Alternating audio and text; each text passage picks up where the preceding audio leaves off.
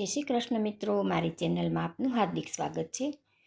કોઈ પણ વ્રત હોય કે ઉપવાસ હોય કે એકાદશી હોય તો ફરાળમાં લઈ શકાય અને દાંત વગરના પણ આસાનીથી ખાઈ શકે એવી આજે બટેટાની આપણે પૂરી બનાવીશું।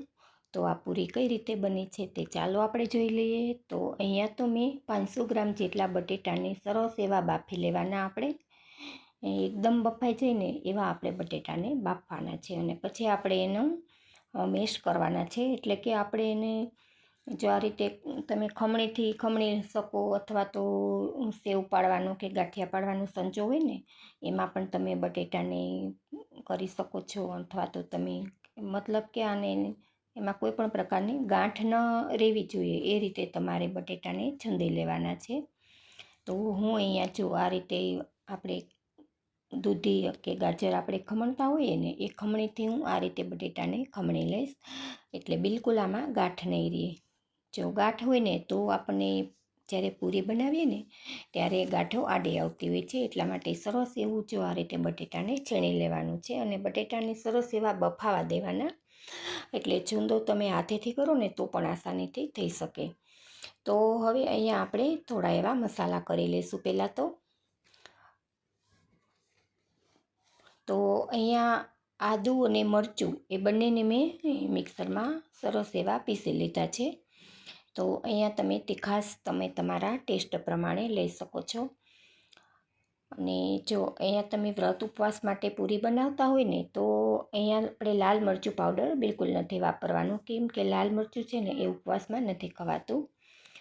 અને અહીંયા મેં સ્વાદ પ્રમાણે નમક કર્યું છે ને તો નમક પણ આપણે સિંધવ જ વાપરવાનું, ઉપવાસનું નમક આવે ને એ।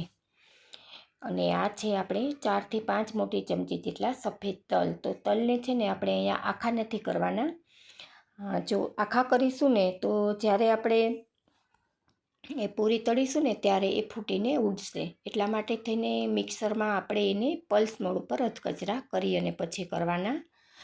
અને આપણે બીજું તો શું કર્યું છે કે એ ગળપણ માટે અહીંયા મેં મિશ્રીનો 2 ચમચી પાવડર કર્યો છે અને 1 ચમચી જેટલો મેં આમચૂર પાવડર કર્યો છે અને 1 મોટી ચમચી જેટલું ધાણા જીરું પાવડર કર્યો છે।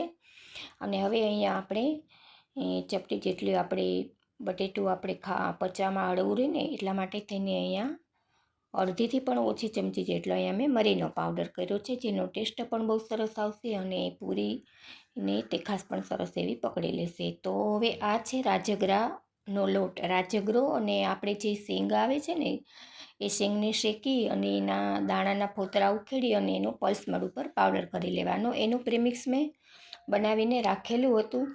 તો જો આ રીતે તમે પ્રીમિક્સ બનાવીને પણ રાખી શકો છો ને તો તે ફરી જ્યારે તમારે ઉપવાસમાં બનાવવાની હોય ને તો તમે તરત એને બનાવી શકો છો। તો હવે આ પ્રીમિક્સ કઈ રીતે બને છે ને તો જો એનો વિડીયો તમારે જોવો હોય ને તો મને કમેન્ટ કરીને જરૂરથી જણાવજો। તો હવે આપણે આ બટેટામાં જરૂર પડે ને એ પ્રમાણે રાજગરાનો લોટ અને શેંગદાણાનો ભૂકો એને આપણે થોડું થોડું કરતું જવાનું અને લોટ આપણે કેળવતો જવાનો છે। અહીંયા આપણે પાણી બિલકુલ નથી વાપરવાનું, આપણે આ જ રીતે આપણે લોટને કેળવવાનો છે અને એકદમ કઠણ એવો લોટ નથી બાંધવાનો, આપણે જેવો રોટલીનો લોટ બાંધીએ ને એવો સરસ મીડિયમ એવો લોટ આપણે બાંધવાનો છે। તો જો તમે જોઈ શકો છો કે આપણે જ્યારે રોટલીનો લોટ ઢીલો થઈ ગયો હોય ને ત્યારે જેવો લોટ હોય ને એવો લોટ અહીંયા આપણે બાંધવાનો છે। તો હવે આપણે હાથ ધોઈ અને હાથને હવે તેલથી ગ્રીસ કરી લઈશું, જેથી કરીને આપણા હાથે ચોટે નહીં, કેમ કે બટેટું પણ ચીકણું હોય અને રાજગરો પણ ચીકણો હોય, એટલા માટે થઈ અને હવે આપણે ટિક્કીનો શેપ આપીશું। તો જો આ રીતે આપણે પતલી એવી ટિક્કી તૈયાર કરીશું। તો આ ટિક્કીને આપણે કોર બિલકુલ ફાટે નહીં ને એટલા માટે થઈને આપણે લોટને કઠણ બિલકુલ નથી બાંધવાનો। જો આ રીતનો મીડિયમ સોફ્ટ લોટ હશે ને તો પૂરી તમારી સરસ એવી ગોળ થશે અને બિલકુલ કિનારીએથી ફાટશે નહીં।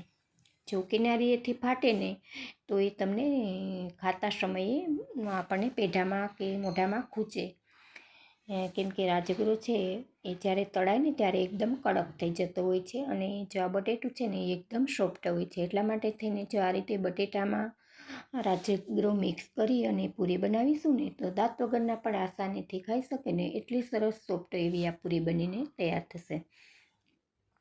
તો હવે આપણે ટીકી એક આરે મેં નથી તૈયાર કરી, જેટલી આપણે આ કડાઈમાં સમાય ને એટલી ટીકી તૈયાર કરી અને ગેસની ફ્લેમ મીડિયમ રાખી અને તેલ પણ મીડિયમ ગરમ થાય. જો અહીંયા તમે જોઈ શકો છો ને કે તેલ વધારે ધોવાળા નથી કાઢતું, એટલું આપણે તેલ ગરમ કરવાનું છે અને એકદમ ઠંડુ પણ તેલ નથી રાખવાનું. જો ઠંડુ તેલ હશે ને તો આ પૂરીમાં તેલ ચડી જશે, પરિણામે આ પૂરી તમારી ઓઈલી બનશે.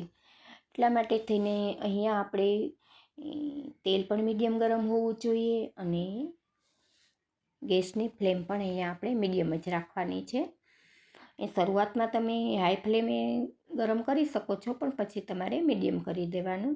અને જો અહીંયા પૂરી નાખ્યા પછી પણ જો તરત આપણે છે ને જારાથી એને નથી ફેરવવાનું. જો આ રીતે નાનો એવો ચમચો લઈ અને હળવેથી નીચેથી થઈને આપણે પૂરીને હલાવવાની છે, જેથી કરીને આ પૂરી છે ને એ એકાબીજાની માથે હોય ને એ ચોટેલી ના રહે અને આસાનીથી છૂટી પડી જાય.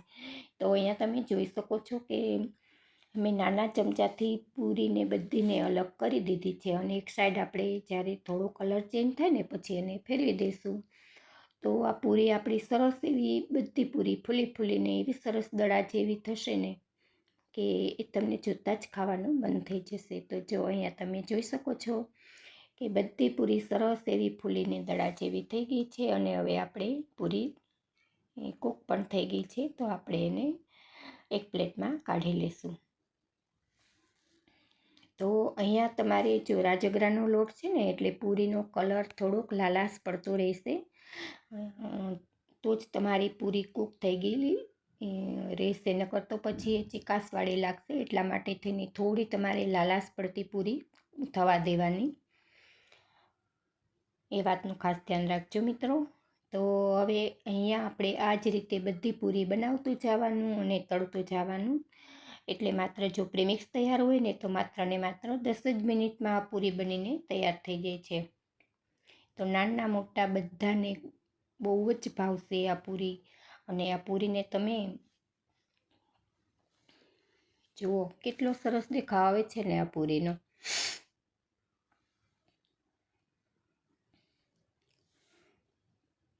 તો આ રીતે મેં બીજા બેચમાં પણ પૂરીને તળી લીધી છે. તો આ જ રીતે આપણે બધી પૂરી તળતું જવાનું છે. તો આ બટેકાની પૂરી આપણી બનીને તૈયાર થઈ ગઈ છે. તો આ પૂરીને આપણે તમે કોઈ પણ ચટણી સાથે સર્વ કરી શકો છો. ગ્રીન ચટણી સાથે પણ સર્વ કરી શકો છો, કે મેં અહીંયા દહીંની ચટણી બનાવી છે. તો આ દહીંની ચટણી સાથે બહુ સરસ એવી આ પૂરી લાગે છે. તો દહીંની ચટણી મેં કઈ રીતે બનાવી છે, જો એ તમારી વિડીયો જોવો હોય ને તો એ પણ મને કમેન્ટ કરીને જરૂરથી જણાવજો, ચોક્કસથી અપલોડ કરીશ. તો જો વિડીયો પસંદ આવે તો વિડીયોને લાઈક આપજો અને વધારેમાં વધારે ગ્રુપમાં શેર કરજો. અને જો ચેનલ પર નવા છો તો ચેનલને સબસ્ક્રાઈબ કરી બેલ આઇકન પ્રેસ કરી ઓલ પર ક્લિક કરજો, જેથી કરીને હું જે કંઈ નવી રેસીપી મૂકું ને એ તમને સૌથી પહેલાં મળે. ફરી મળીશું એક આવી જ નવી ઉપયોગી રેસીપી સાથે. ત્યાં સુધી આપ સર્વને મારા જય શ્રી કૃષ્ણ. જય હિન્દ, જય ભારત.